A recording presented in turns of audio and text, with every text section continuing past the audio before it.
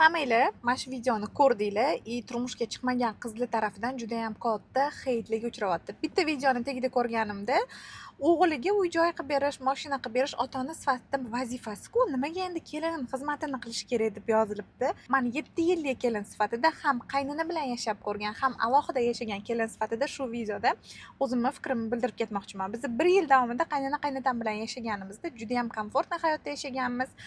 Uy-joy, mashina hamma narsa bo'lgan.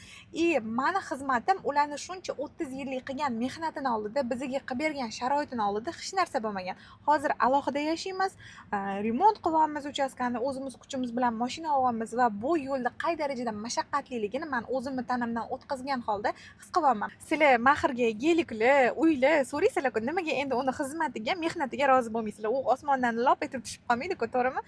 Также bola o'zi shu narsani ishlab topib, mehnat qilib topgan taqdirda ham buni shu darajaga bo'lish uchun ota-onasi qancha unga energiya sarflaydi? Nimaga biz buni mehnatdan qochishimiz kerak?